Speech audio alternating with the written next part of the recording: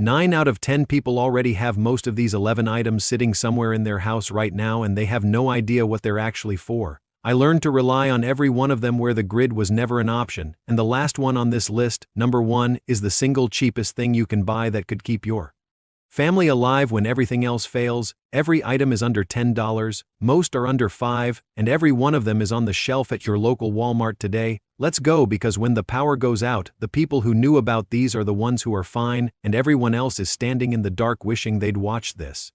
Stay to the end, because number 1 is the one nobody thinks of, and it's the one that matters most. Number 11, heavy-duty contractor trash bags. Start simple, because the simplest thing on this list is also one of the most useful, and almost nobody stocks enough of them. A box of heavy-duty contractor bags, the thick black 3mm kind, runs about $8. In the field, a bag like this is never just a bag, it's a rain poncho with 3 holes cut in it. It's a way to waterproof your gear when everything is soaked. It's a solar still to pull clean water out of the ground. It's a sleeping bag liner that traps your body heat on a cold night. It's how you keep a wound area clean. It's a window seal when a storm blows the glass out. One cheap box, a dozen uses. When the grid is down and the stores are stripped, the person with a roll of heavy plastic sheeting is the person who can improvise a solution to almost any problem. Buy 2 boxes. Put one in the house and one in the vehicle. Done. Number 10, petroleum jelly and cotton balls, under $4 for both, and together they solve the single hardest problem in any emergency: getting a fire started when conditions are against you. Here is the trick every field guy knows. You take a cotton ball, you work petroleum jelly into it until it's saturated, and you store a handful of them in a small bag or an old pill bottle. That cotton ball is now a fire starter that lights from a single spark and burns for 4-5 minutes, long enough to get wet wood going, long enough to start a fire with cold, clumsy hands. Rain, wind, cold, it does not care, it lights. A fire means heat, means cooked food, means clean water, means a signal, means morale, and the whole kit costs less than a sandwich. There is a reason this is one of the first things taught. The ability to make fire on demand is worth more than almost anything you can carry. Number 9, duct tape, the real stuff. $10 gets you 2 rolls of the good heavy cloth tape, not the dollar store kind that peels off in an hour.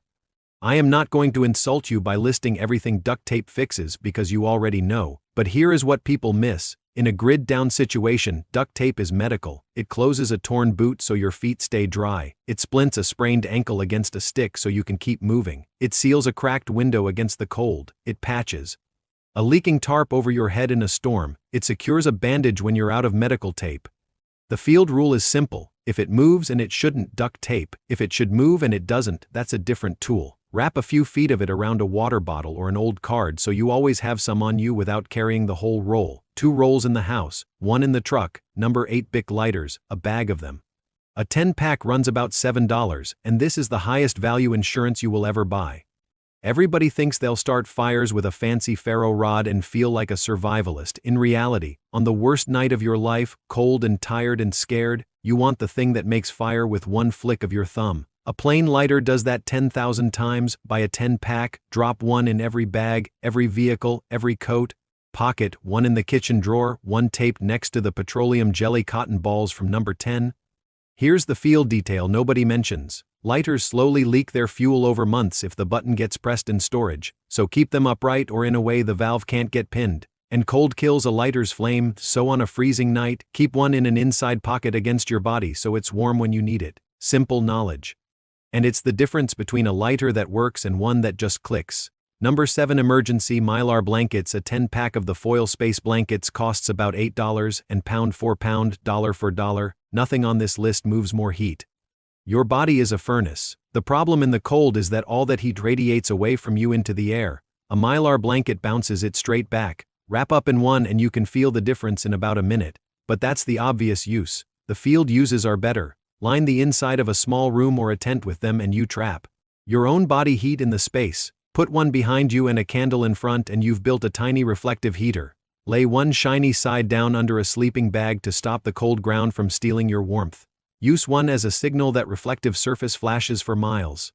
They're the size of a deck of cards and weigh nothing. There is no reason not to have 10 of them stashed around the house and vehicles. Hypothermia is one of the quietest killers in a grid-down winter, and this is your $8 answer to it. Number 6, bleach, plain and unscented, under $4, and it is the difference between water that heals you and water that makes you sick. When the grid goes down, the water problem shows up fast. The taps can run dirty or stop entirely, and dirty water will put you flat on your back faster than almost anything. Plain, unscented household bleach is how you make questionable water safe to drink. A tiny amount treats a large amount of water, the old field ratio people. Memorize: a few drops per quart, a little more if the water's cloudy. Stir it and let it sit for 30 minutes. If it smells faintly of chlorine after that, it worked. If it doesn't, repeat once. One caution I'll give you straight, because a man should never hand you half a tool. This only works with plain, regular, unscented bleach, never the scented, splash less, or color-safe kinds, which have additives you do not want to drink, and bleach loses strength over about a year, so rotate it. Get it right and one for $1. Jug can make hundreds of gallons of water drinkable. That's not a hack, that's survival. Number 5, a basic first aid kit, then upgrade it. You can grab a starter kit for under $10, and then this is the part that matters, you make it actually useful. Most store-bought kits are 90% little bandages and 10% things that count. In the field, the injuries that scare you aren't paper cuts. So you take that cheap kit as the box and the basics, and you add the things that save lives. A roll of gauze for real bleeding, medical tape, a pair of tweezers that actually grip. Antibiotic ointment, and the big one, a good supply of any prescription medication anyone in your family cannot go without. That last one is the whole game. In a grid-down stretch, the pharmacy is closed and the person who runs out of their heart or blood pressure or diabetes medication is in real danger. Talk to your doctor about keeping a reserve. That conversation is free, and it's the most important prep on this entire list. Cheap kit, smart additions. $10 and a little thought beats a $100 kit you never opened. Number 4, paracord, about $7 for 100 feet, and I told you number 4 was a good one. Paracord is not rope, it's rope with 7 thinner strands inside the outer sheath, which means one length is really 8 lengths in disguise. In the field you use the whole cord to rig a shelter, hang a tarp, secure a load, make a clothesline, replace a broken bootlace, lash a splint. Then when you need fine, strong thread to repair gear, to fish, to sew a wound closed. In the worst case you pull the inner strands out and you've got yards of it. 100 feet takes up almost no space. Keep a hank in each vehicle in the house. Learn 2 knots, that's all, just 2, and this $7 item does the work of a whole hardware aisle. Number 3, a hand crank or battery radio, around $10 for a basic one, and it's the item that fights the scariest part of a blackout: not knowing what's happening. When the grid is down and the phones are dead, information is survival. Is help coming? Which roads are out? Is the water safe? Is it safe to go outside? A cheap emergency radio pulls in the broadcast and weather channels when everything else is dark. The good ones have a hand crank so you never need batteries at all, and many have a little USB port to put a few percent back into a dead phone. In the field, the unit that could pull in a signal was never optional being cut off from. Information is being cut off, period. $10 to never be blind to what's happening around you. Test it when you buy it, keep it where you can find it in the dark, and you've closed one of the biggest gaps most households have. Number 2, work gloves and N95 masks, under $10 for both, and these protect the 2 things you cannot function without: your hands and your lungs. After a storm or a disaster, the world outside is suddenly full of broken glass, splintered wood, torn metal, and dust. In the field, your hands are your most important tool, and a bad cut with no way to get to a doctor is a serious problem that a $2 pair of gloves would have prevented. And when the air is full of smoke or dust, or mold from flooding, an N95 mask is what keeps your lungs clear enough to keep working. You already have these from the last few years. Dig them out, put a few in each vehicle, a box in the house. Boring? Yes, but the boring items are the ones that keep a small problem from becoming the problem that stops you. Number 1, salt. This is it. The cheapest item on the entire list, under $2 for a big canister, and the one civilization was literally built on. Here's why a field guy stockpiles salt when everyone else forgets it. Your body cannot function without it. In heat, under work, when you're sweating and stressed, you lose salt fast, and losing too much will drop you where you stand. But that's just the start. Salt is how humans preserved meat and food for thousands of years before refrigeration. When the power's out and the freezer's dead, salt is how you keep protein from rotting. It cleans wounds, it preserves, it makes desperate food edible. It's a trade good when money means nothing. The person with salt has something everyone needs.